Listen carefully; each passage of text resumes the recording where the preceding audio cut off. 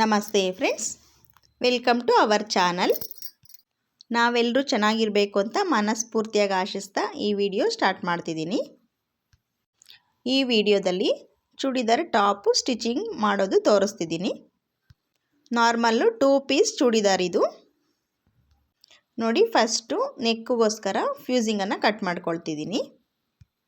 ಇದು ಫ್ರಂಟ್ ನೆಕ್ಕು, leaf neck cut ಮಾಡಿದ್ದೀನಿ. Leaf ನೆಕ್ಗೆ ಫ್ಯೂಸಿಂಗು cut ಮಾಡಿಕೊಂಡು ಫಸ್ಟು ಇದನ್ನು ನಾನು ಲೈನಿಂಗಿಗೆ ಅಟ್ಯಾಚ್ ಮಾಡಿ ತಿರುವಾಗಿ ಸ್ಟಿಚ್ಚನ್ನು ಮಾಡ್ತಿದ್ದೀನಿ.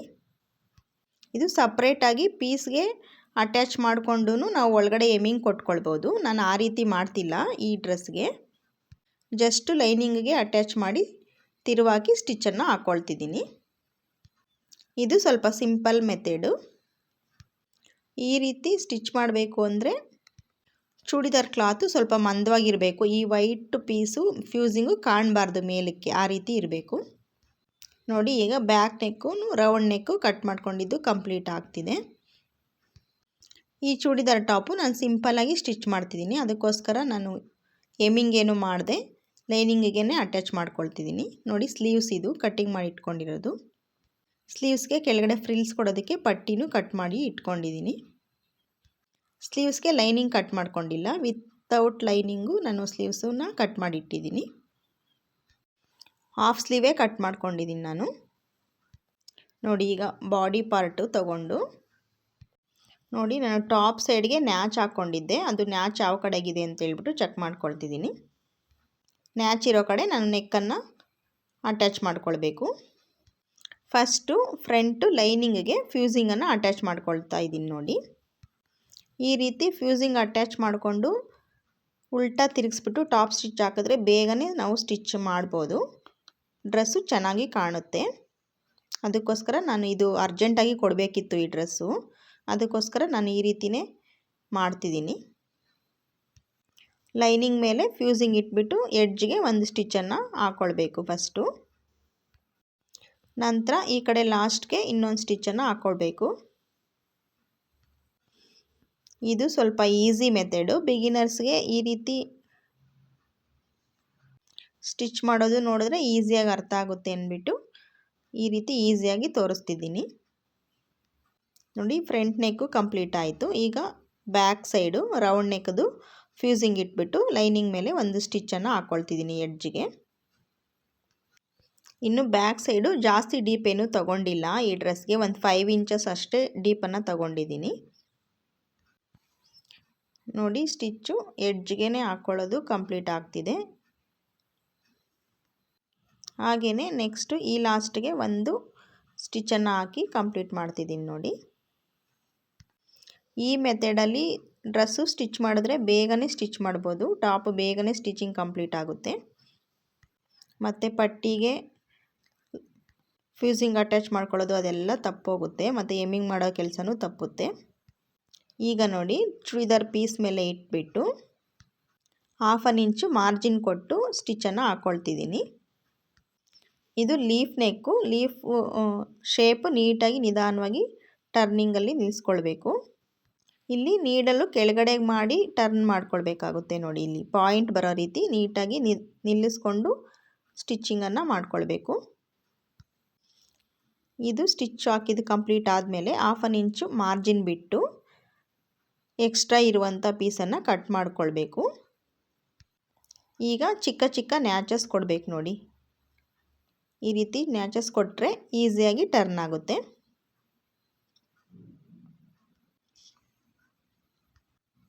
ನ್ಯಾಚಸ್ ಕೊಟ್ಟಿದ್ದು ಕಂಪ್ಲೀಟ್ ಆಯಿತು. ಈಗ ಇನ್ಸೈಡ್ಗೆ ಲೈನಿಂಗ್ ಹಾಕ್ಬಿಟ್ಟು ನೀಟಾಗಿ ಟಾಪ್ ಸೈಡಿಂದ ಒಂದು ಸ್ಟಿಚ್ಚನ್ನು ಹಾಕ್ಕೊಳ್ಬೇಕು ಎಡ್ಜ್ಗೆ.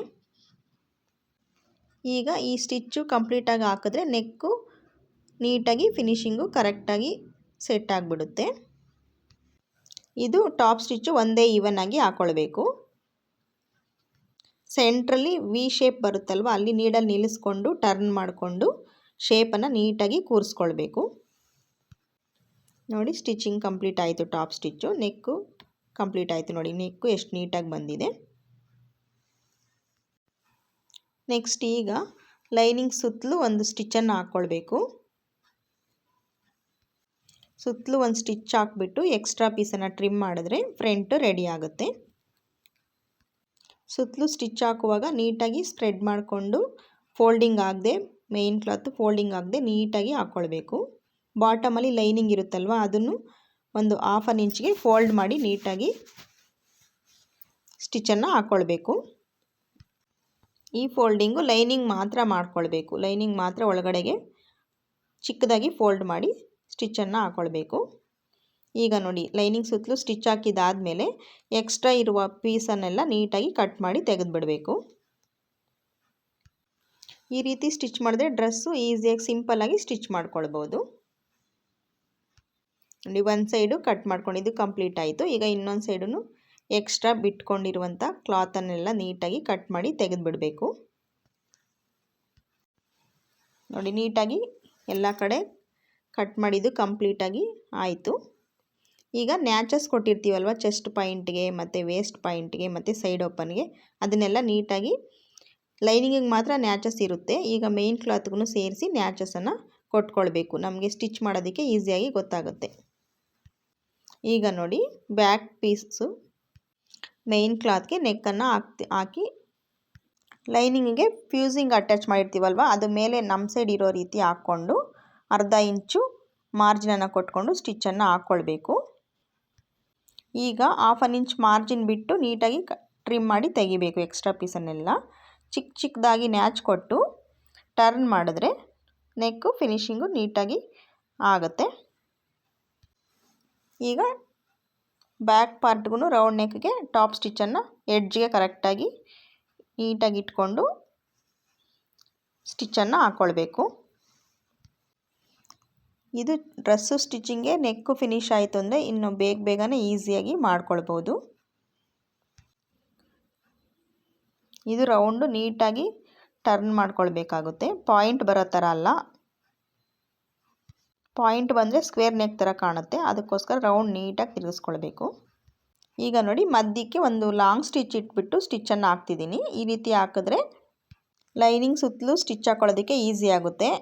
ಮತ್ತು ಸ್ಟಿಚ್ ಎಲ್ಲ ಕಂಪ್ಲೀಟ್ ಆದಮೇಲೆ ಡ್ರೆಸ್ಸು ಈ ಸ್ಟಿಚ್ಚನ್ನು ರಿಮೂವ್ ಮಾಡಬೇಕಾಗುತ್ತೆ. ಈಗ ಬಾಟಮ್ ಸೈಡು ಲೈನಿಂಗನ್ನು ಫೋಲ್ಡ್ ಮಾಡ್ತಿದ್ದೀನಿ. ಇದು 1/2 ಇಂಚು ಮಾರ್ಜಿನ್ ಕರೆಕ್ಟಾಗಿ ನೋಡಿಕೊಂಡು ಫೋಲ್ಡಿಂಗನ್ನು ಮಾಡ್ಕೊಳ್ಬೇಕು. ಈ ಮೆಥಡಲ್ಲಿ ಡ್ರೆಸ್ಸು ಸ್ಟಿಚ್ ಮಾಡಿದ್ರೆ ಬೇಗನೆ ಸ್ಟಿಚ್ ಮಾಡ್ಬೋದು. ಈಗ ನೋಡಿ, ಬಾಟಮ್ದು ಸ್ಟಿಚಿಂಗು ಕಂಪ್ಲೀಟ್ ಆಯಿತು. ಈಗ ಲೈನಿಂಗ್ ಸುತ್ತಲೂ ಒಂದು ಸ್ಟಿಚ್ಚನ್ನು ಹಾಕ್ಕೊಳ್ಬೇಕು. ಈ ರೀತಿ ಸ್ಟಿಚ್ ಹಾಕುವಾಗ ನೀಟಾಗಿ ಬರುತ್ತೆ ಅಂದ್ಬಿಟ್ಟೆ ಮಧ್ಯದಲ್ಲಿ ಒಂದು ಸ್ಟಿಚ್ಚನ್ನು ಕೊಟ್ಟಿರೋದು.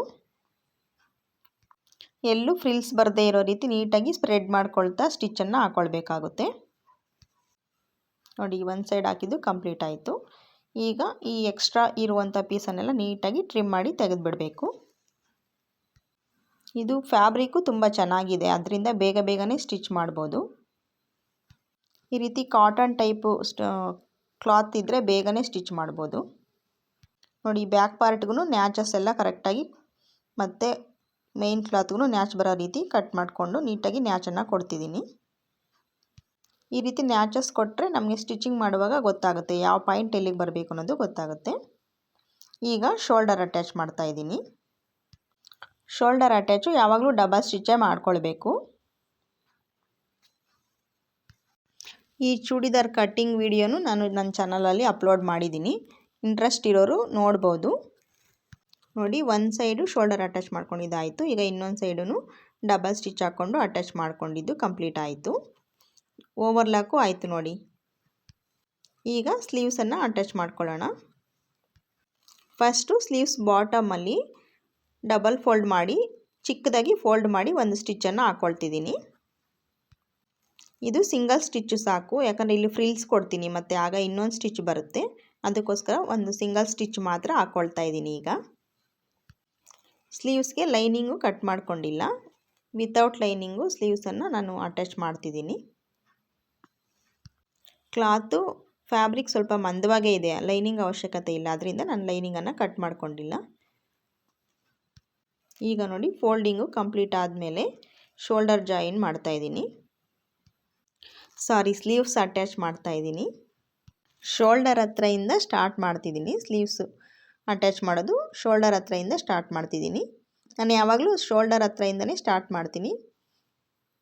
ಈಗ ಇನ್ನೊಂದು ಸೈಡು ಟರ್ನ್ ಮಾಡಿಕೊಂಡು ಮತ್ತು ಅರ್ಧದಿಂದ ನಾನು ಸ್ಟಾರ್ಟ್ ಮಾಡಿದ್ನಲ್ಲ ಆ ಅರ್ಧದಿಂದ ಫಿನಿಷ್ ಮಾಡ್ತೀನಿ. ನಿಧಾನವಾಗಿ ಹಾಕ್ಕೊಳ್ತಾ 1/2 ಇಂಚು ಮಾರ್ಜಿನ್ನ ಮೇಂಟೈನ್ ಮಾಡಿಕೊಂಡು ಕರೆಕ್ಟಾಗಿ ಸ್ಟಿಚ್ಚನ್ನು ಕೊಡ್ತಾ ಹೋಗ್ತೀನಿ. ಇದು ಅಷ್ಟೇ ಡಬಲ್ ಸ್ಟಿಚ್ ಮಾಡ್ಕೊಳ್ಬೇಕು. ಸ್ಲೀವ್ಸ್ ಅಟ್ಯಾಚ್ ಯಾವಾಗಲೂ 1/2 ಇಂಚ್ ಮಾರ್ಜಿನ್ನು ಕಂಪಲ್ಸರಿ ಮಾಡಬೇಕು. ನೋಡಿ, ಸ್ಲೀವ್ಸ್ ಅಟ್ಯಾಚು ಕಂಪ್ಲೀಟ್ ಆಯಿತು, ಹಾಗೆಯೇ ಓವರ್ಲಾಕು ಕಂಪ್ಲೀಟ್ ಆಯಿತು. ಈಗ ಸ್ಲೀವ್ಸ್ಗೆ ಫ್ರಿಲ್ಸ್ ಕೊಡಬೇಕು ಅಂತ ಹೇಳಿದ್ನಲ್ಲ, ಆ ಪಟ್ಟಿನ ತಗೊಂಡು ಜಾಯಿಂಟ್ ಹಾಕ್ಕೊಳ್ತಾ ಇದ್ದೀನಿ. ಇದು ಮೇನ್ ಕ್ಲಾತಲ್ಲಿ ಸ್ವಲ್ಪ ಕ್ಲಾತ್ ಉಳಿದಿತ್ತು, ಅದಕ್ಕೋಸ್ಕರ ನಾನು ಫ್ರಿಲ್ಸ್ ಕೊಟ್ಟರೆ ಚೆನ್ನಾಗಿರುತ್ತೆ ಬಾಟಮಲ್ಲಿ ಅಂದ್ಬಿಟ್ಟು ಫ್ರಿಲ್ಸ್ ಕೊಡೋದಕ್ಕೋಸ್ಕರ ಪಟ್ಟಿನ ಕಟ್ ಮಾಡಿಕೊಂಡು ಫ್ರಿಲ್ಸ್ ಕೊಡ್ತಿದ್ದೀನಿ. ಇದು ಕಸ್ಟಮರ್ ಏನು ಫ್ರಿಲ್ಸ್ ಕೊಡಿ ಅಂತ ಕೇಳಿರಲಿಲ್ಲ, ಚೆನ್ನಾಗಿರುತ್ತೆ ಅಂತ ನಾನೇ ಕೊಡ್ತಿದ್ದೀನಿ. ನೋಡಿ, ಅದನ್ನು ಫೋಲ್ಡ್ ಮಾಡಿಬಿಟ್ಟು ಪಟ್ಟಿನ ಎಡ್ಜ್ಗೆ ಒಂದು ಸ್ಟಿಚ್ಚನ್ನು ಹಾಕ್ಕೊಳ್ತಿದ್ದೀನಿ. ಇದು ಚೂಡಿದಾರ್ ಟಾಪಲ್ಲಿ ಕ್ಲಾತ್ ಉಳಿದಿದ್ದಕ್ಕೆ ನಾನು ಫ್ರಿಲ್ಸನ್ನು ಕೊಡ್ತಿದ್ದೀನಿ. ಕ್ಲಾತ್ ಉಳಿಲಿಲ್ಲ ಅಂದಿದ್ರೆ ನಾನು ಫ್ರಿಲ್ಸ್ ಕೊಡ್ತಿರಲಿಲ್ಲ. ಇನ್ನು ಕ್ಲಾತ್ ಉಳಿದಿದ್ದು ವೇಸ್ಟ್ ಆಗುತ್ತಲ್ವ, ಅದರಿಂದ ಏನಾದರೂ ಡಿಸೈನ್ ಕೊಡೋಣ ಅಂತೇಳ್ಬಿಟ್ಟು ಅಂದ್ಕೊಂಡೆ. ಈಗ ಈ ಫ್ರಿಲ್ಸ್ ಕೊಟ್ಟರೆ ಸ್ಲೀವ್ಸ್ಗೆ ಚೆನ್ನಾಗಿ ಕಾಣುತ್ತೆ ಸ್ಟ್ರೈಟ್ ಪೀಸಲ್ಲಿ ಅಂತ ಹೇಳ್ಬಿಟ್ಟು ಸ್ಟ್ರೈಟ್ ಪೀಸ್ನ ತೊಗೊಂಡಿದ್ದೀನಿ. ಈಗ ನೋಡಿ, ಫ್ರಿಲ್ಸು ಇಡ್ತಾ ಹೋಗ್ತಿದ್ದೀನಿ. ಸ್ವಲ್ಪ ಸ್ಪೀಡಾಗೇ ಇಟ್ಕೊಳ್ಬೋದು, ಇದು ನಾರ್ಮಲ್ ಫ್ರಿಲ್ಸೇ, ಆದರೆ ಸ್ವಲ್ಪ ಒಂದೇ ಈವನ್ ಆಗಿ ಕೊಡ್ತಾ ಹೋಗಬೇಕು. ಕೈಯಲ್ಲಿ ಟ್ರಿಮ್ಮರ್ ತಗೊಂಡು ಟ್ರಿಮ್ಮರ್ ಎಲ್ಪಿಂದ ತಳ್ತಾ ಮುಂದಕ್ಕೆ ಕರೆಕ್ಟಾಗಿ ಇಡ್ತಾ ಹೋಗ್ತಿದ್ದೀನಿ. ನೋಡಿ, ಟ್ರಿಮ್ಮರು ಅಥವಾ ಏರ್ ಪಿನ್ನಲ್ಲೂ ಇಡ್ಬೋದು. ಈ ರೀತಿ ಫ್ರಿಲ್ಸು ಬೇಗ ಬೇಗ ಇಡ್ಬೋದು. ಟ್ರಿಮ್ಮರಲ್ಲಿ ತಳ್ತಾ ಇದ್ದರೆ ನೀಟಾಗಿ ಒಂದೇ ಈವನ್ ಆಗಿ ಫ್ರಿಲ್ಸು ಮೂವ್ ಆಗ್ತಾ ಹೋಗುತ್ತೆ. 2 ಸ್ಲೀವ್ಸ್ಗೂ ಈ ರೀತಿ ಫ್ರಿಲ್ಸನ್ನು ಅಟ್ಯಾಚ್ ಮಾಡ್ಕೊಳ್ಬೇಕು. ಸ್ವಲ್ಪ ಇದೊಂದು 10 ಮಿನಿಟ್ಸು ಆ ಥರ ಟೈಮ್ ತಗೊಳುತ್ತೆ. ನೋಡಿ, ಒಂದು ಸೈಡ್ದು ಕಂಪ್ಲೀಟ್ ಆಯಿತು, ಇನ್ನೊಂದು ಸೈಡ್ದು ಇಡಬೇಕು ಇದೇ ಥರನೇ ಫ್ರಿಲ್ಸು. ಇದು ಈ ಥರ ಕೊಟ್ಟರೆ ಸ್ಲೀವ್ಸು ಪ್ಲೈನ್ ಆಗಿಲ್ಲದೆ ಚೆನ್ನಾಗಿ ಕಾಣುತ್ತೆ ಅಂತ ಕೊಡ್ತಿದ್ದೀನಿ. ನೋಡಿ, ಕಂಪ್ಲೀಟ್ ಆಯಿತು ಫ್ರಿಲ್ಸು. ಹತ್ತತ್ರ ಫ್ರಿಲ್ಸ್ ಇಟ್ಟಿದ್ದೀನಿ ನೋಡಿ ಫ್ರಿಲ್ಸು. ಈಗ ಇನ್ನೊಂದು ಸೈಡ್ಗೂ ಫ್ರಿಲ್ಸನ್ನು ಇಟ್ಕೊಳ್ತಿದ್ದೀನಿ ಬೇಗ ಬೇಗ. ಸ್ವಲ್ಪ ಈ ಡ್ರೆಸ್ಸು ಬೇಗನೆ ಸ್ಟಿಚ್ ಮಾಡಿ ಕೊಡಬೇಕಿತ್ತು, ಅದರಿಂದನೇ ಬೇಗ ಬೇಗನೆ ಫಿನಿಷ್ ಮಾಡ್ತಿದ್ದೀನಿ. ನೆಕ್ಸ್ಟು ಇದಾದಮೇಲೆ ಸ್ವಲ್ಪ ಟಾಪ್ಸು ಸ್ಟಿಚ್ ಹಾಕಬೇಕು. ಜಾಸ್ತಿ ಟಾಪ್ಸ್ ಇದ್ದಾವೆ, ರೆಡಿಮೇಡ್ ಟಾಪ್ಸು ಸ್ಟಿಚ್ ಹಾಕೋದು, ಅದನ್ನು ಸ್ವಲ್ಪ ಅರ್ಜೆಂಟ್ ಇದೆ, ಅದರಿಂದ ಬೇಗ ಬೇಗನೆ ಡ್ರೆಸ್ನ ಕಂಪ್ಲೀಟ್ ಮಾಡ್ತಿದ್ದೀನಿ. ಇದು ಸಿಂಪಲ್ ಚೂಡಿದಾರ್ ಆಗಿರೋದ್ರಿಂದ ಸ್ಲೀವ್ಸು ಸ್ವಲ್ಪ ಡಿಸೈನಾಗಿ ಕಾಣಲಿ ಅಂದ್ಬಿಟ್ಟು ನಾನು ಫ್ರಿಲ್ಸನ್ನು ಕೊಡ್ತಿದ್ದೀನಿ. ನೋಡಿ, ಕಂಪ್ಲೀಟ್ ಆಯಿತು ಫ್ರಿಲ್ಸು. 2 ಸ್ಲೀವ್ಗೆ ಕಂಪ್ಲೀಟಾಗಿ ಫ್ರಿಲ್ಸ್ ಇಟ್ಕೊಂಡಿದ್ದು ಆಯಿತು. ಫ್ರಿಲ್ಸ್ಗೆ ಇದು ಓವರ್ಲಾಕ್ ಮಾಡ್ಕೊಂಡಿದ್ದೀನಿ. ನೋಡಿ, ಎಂಡಿಂಗು ದಾರ ಕಾಣುತ್ತೆ ಅಂದ್ಬಿಟ್ಟು ಓವರ್ಲಾಕ್ ಮಾಡ್ಕೊಂಡಿದ್ದೀನಿ.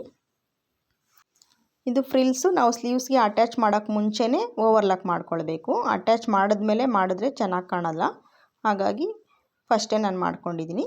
ಈಗ ನೋಡಿ, ಒಂದು 3/4 ಇಂಚಷ್ಟು ಫ್ರಿಲ್ಸು ಹೊರಗಡೆ ಕಾಣೋ ರೀತಿ ನಾನು ಗ್ಯಾಪನ್ನು ಮೇಂಟೈನ್ ಮಾಡಿಕೊಂಡು ಸ್ಲೀವ್ಸ್ಗೆ ಫ್ರಿಲ್ಸನ್ನು ಅಟ್ಯಾಚ್ ಮಾಡ್ತಾಯಿದ್ದೀನಿ. ಇದು ಕ್ಲಾತ್ ಉಳಿದಿದ್ದರಿಂದ ಅಷ್ಟೇ ನಾನು ಫ್ರಿಲ್ಸ್ ಕೊಡ್ತಿದ್ದೀನಿ, ಇಲ್ಲಾಂದರೆ ಕೊಡ್ತಾ ಇರಲಿಲ್ಲ.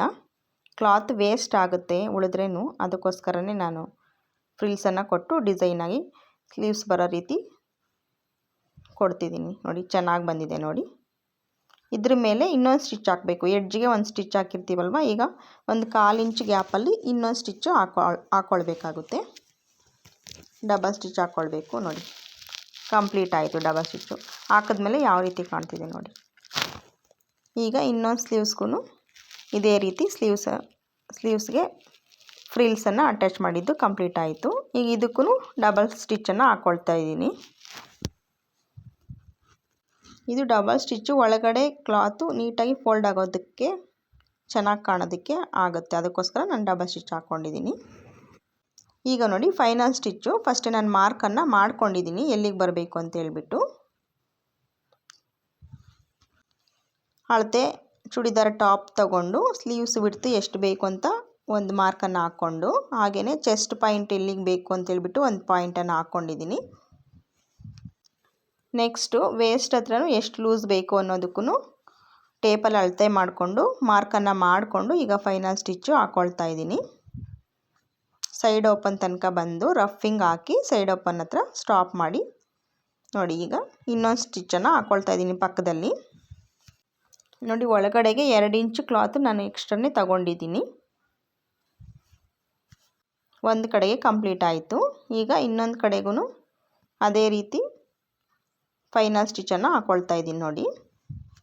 ಇದು ಫೈನಲ್ ಸ್ಟಿಚ್ಚು ಅಳತೆ ಟಾಪ್ ಪ್ರಕಾರನೇ ಮಾರ್ಕನ್ನು ಮಾಡಿಕೊಂಡು ಹಾಕ್ಕೊಳ್ಬೇಕು. ಸ್ಲೀವ್ಸ್ ಬಿಡ್ತು ಇನ್ನೊಂದು ಸಲ ಚೆಕ್ ಮಾಡ್ಕೊಳ್ತಾ ಇದ್ದೀನಿ, ಕರೆಕ್ಟಾಗಿದೆ. ಈಗ ರಫಿಂಗ್ ಹಾಕಿ ಈಗ ಇನ್ನೊಂದು ಸ್ಟಿಚ್ಚು ಪಕ್ಕದಲ್ಲಿ ಕೊಡ್ತಾ ಇದ್ದೀನಿ ನೋಡಿ. 2 ಸ್ಟಿಚ್ಚು ಸಾಕು. ಇದಕ್ಕೆ ಚೂಡಿದಾರ್ಗೆ ಜಾಸ್ತಿ ಸ್ಟಿಚಸ್ ಕೊಟ್ಟರೆ ಚೆನ್ನಾಗಿರೋದಿಲ್ಲ. ನೆಕ್ಸ್ಟು ಫೈನಲ್ ಸ್ಟಿಚ್ಚು ಕಂಪ್ಲೀಟ್ ಆದಮೇಲೆ ಸೈಡ್ಸು ಫೋಲ್ಡಿಂಗ್ ಮಾಡ್ತಾಯಿದ್ದೀನಿ. ಇದು ತುಂಬ ಅಗಲವಾಗಿ ಫೋಲ್ಡ್ ಮಾಡ್ತಾಯಿಲ್ಲ, ನಾನು ಮೀಡಿಯಮಾಗಿ ಒಂದು 1/2 ಇಂಚ್ ಅಷ್ಟು ಅಗಲ ಕಾಣೋ ರೀತಿ ಫೋಲ್ಡಿಂಗನ್ನು ಮಾಡ್ತಿದ್ದೀನಿ. ಇಲ್ಲಿ ನೋಡಿ ಸೈಡ್ ಓಪನ್ ಹತ್ರ ಕೆಲವ್ರಿಗೆ ನೀಟಾಗಿ ಟರ್ನ್ ಮಾಡ್ಕೊಳ್ಳೋಕೆ ಬರಲ್ಲ. ನೀಡಲ್ಲಿ ನಿಲ್ಲಿಸ್ಕೊಂಡು ನೀಟಾಗಿ ಟರ್ನ್ ಮಾಡಿ ನಿಧಾನವಾಗಿ ಫೋಲ್ಡ್ ಮಾಡ್ಕೊಳ್ತಾ ಸ್ಟಿಚ್ಚನ್ನು ಹಾಕ್ಕೊಂಡ್ರೆ ನೀಟಾಗಿ ಶೇಪ್ ಬರುತ್ತೆ. ಇಲ್ಲಿ ಇದು ಪ್ರಾಕ್ಟೀಸ್ ಇರೋರು ಬೇಗನೆ ಮಾಡ್ತಾರೆ. ಬಿಗಿನರ್ಸ್ ಆದರೆ ಸ್ವಲ್ಪ ನಿಧಾನವಾಗಿ ನೀಡಲನ್ನು ನಿಲ್ಲಿಸ್ಕೊಂಡು ಟರ್ನ್ ಮಾಡಿಕೊಂಡು ನೀಟಾಗಿ ಕರೆಕ್ಟಾಗಿ ಫೋಲ್ಡ್ ಮಾಡಿಕೊಂಡು ಮಾಡಬೇಕಾಗುತ್ತೆ. ಒಂದು ಕಡೆ ಕಂಪ್ಲೀಟ್ ಆಯಿತು ನೋಡಿ. 2 ಕಡೆನೂ ಸೈಡ್ಸು ಫೋಲ್ಡ್ ಮಾಡಿದ್ದು ಕಂಪ್ಲೀಟ್ ಆಯಿತು. ಈಗ ಬಾಟಮಲ್ಲಿ ಲೆವೆಲಾಗಿರೋದಕ್ಕೋಸ್ಕರ ಫೋಲ್ಡ್ ಮಾಡಿ ಇಟ್ಕೊಂಡು ಈಕ್ವಲಾಗಿ ಮಾರ್ಕನ್ನು ಮಾಡ್ಕೊಳ್ತಾ ಇದ್ದೀನಿ, ಎಲ್ಲಿಗೆ ಫೋಲ್ಡಿಂಗ್ ಬೇಕು ಅಂತ ಹೇಳ್ಬಿಟ್ಟು. ಎಕ್ಸ್ಟ್ರಾ ಅಪ್ ಆ್ಯಂಡ್ ಡೌನ್ ಇರೋ ಪೀಸನ್ನೆಲ್ಲ ಕಟ್ ಮಾಡಿ ತೆಗಿತಾ ಇದ್ದೀನಿ ನೋಡಿ. ಈಗ ನೀಟಾಗಿ ಬಾಟಮ್ ಫೋಲ್ಡು ಮಾಡ್ಕೊಳ್ಬೇಕು. ಬಾಟಮು ಫೋಲ್ಡು ಮಾಡಬೇಕಾದ್ರೂ ಅಷ್ಟೇ ಅರ್ಧ ಇಂಚೆ ಮೇಂಟೈನ್ ಮಾಡಬೇಕು. ಜಾಸ್ತಿ ಮಾಡಿದ್ರೆ ಚೆನ್ನಾಗಿ ಕಾಣಿಸೋದಿಲ್ಲ. ಸೈಡ್ಸು ನಾವು ಎಷ್ಟು ಅಗಲ ಫೋಲ್ಡ್ ಮಾಡಿರ್ತೀವಿ ಅಷ್ಟನ್ನೇ ಮೇಂಟೈನ್ ಮಾಡ್ಕೊಳ್ತಾ ಫೋಲ್ಡ್ ಮಾಡಬೇಕು. ಬಾಟಮ್ ಫೋಲ್ಡಿಂಗು ಕಂಪ್ಲೀಟ್ ಆಯಿತು. ಈಗ ಎಡ್ಜ್ಗೆ ಇನ್ನೊಂದು ಸ್ಟಿಚ್ಚನ್ನು ಹಾಕ್ಕೊಳ್ತಾ ಇದ್ದೀನಿ ನೋಡಿ. ಇಲ್ಲಿ ನೋಡಿ ಸೈಡ್ ಓಪನ್ ಹತ್ರ ನೀಡಲನ್ನ ನಿಲ್ಲಿಸ್ಕೊಂಡು ಟರ್ನ್ ಮಾಡಿಕೊಂಡು ಎಡ್ಜ್ಗೆ ಸ್ಟಿಚ್ಚನ್ನು ಹಾಕ್ಕೊಳ್ತಾ ಹೋಗಬೇಕು.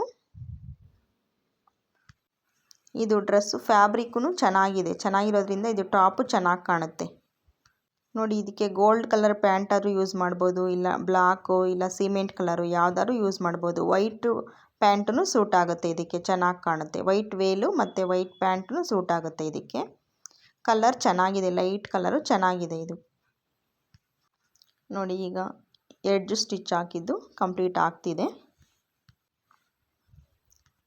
ಇನ್ನು ಇದಕ್ಕೆ ಬ್ಯಾಕ್ ಸೈಡು ಕಟ್ಟೋದಕ್ಕೆ ಥ್ರೆಡ್ಸನ್ನು ಕೊಡಬೇಕು. ಹಾಗೆಯೇ ಶೋಲ್ಡರ್ ಪಟ್ಟಿನೂ ಕೊಡಬೇಕು ಬಟನ್ಗೋಸ್ಕರ.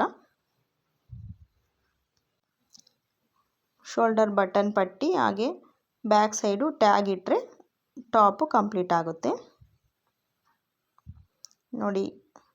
ಟ್ಯಾಗ್ ಬ್ಯಾಕ್ ಸೈಡ್ ಕಟ್ಟೋದಕ್ಕೆ ಕ್ರಾಸ್ ಪೀಸ್ ಕಟ್ ಮಾಡಿಕೊಂಡು ಸ್ಟಿಚ್ಚನ್ನು ಹಾಕ್ಕೊಳ್ತಾ ಇದ್ದೀನಿ. ಇನ್ನು ಇದರಲ್ಲಿ ಕ್ಲಾತ್ ಉಳಿದಿತ್ತಲ್ವ, ಇದು ಕ್ರಾಸ್ ಪೀಸ್ ಕಟ್ ಮಾಡಿಕೊಂಡು ಮತ್ತು ಅದಕ್ಕೆ ಬೆಲ್ ಕೊಡೋದಕ್ಕೆ ಸರಿ ಹೋಯಿತು. ಇನ್ನು ಪೀಸು ಏನು ಉಳಿದಿಲ್ಲ ಇದರಲ್ಲಿ. ಇಷ್ಟು ಕಂಪ್ಲೀಟಾಗಿ ಪೀಸೆಲ್ಲ ಯೂಸ್ ಆಗೋಯಿತು ನೋಡಿ. ಬೆಲ್ ಇಟ್ಟಿದ್ದು ಕಂಪ್ಲೀಟ್ ಆಯಿತು. ಬೆಲ್ಲು ಡಬಲ್ ಬೆಲ್ ಕೊಡ್ತಾಯಿದ್ದೀನಿ ಚೆನ್ನಾಗಿ ಕಾಣುತ್ತೆ ಅಂದ್ಬಿಟ್ಟು. ಸಿಂಗಲ್ ಬೇಡ ಅಂದ್ಬಿಟ್ಟು ಡಬಲ್ ಕೊಡ್ತಾಯಿದ್ದೀನಿ.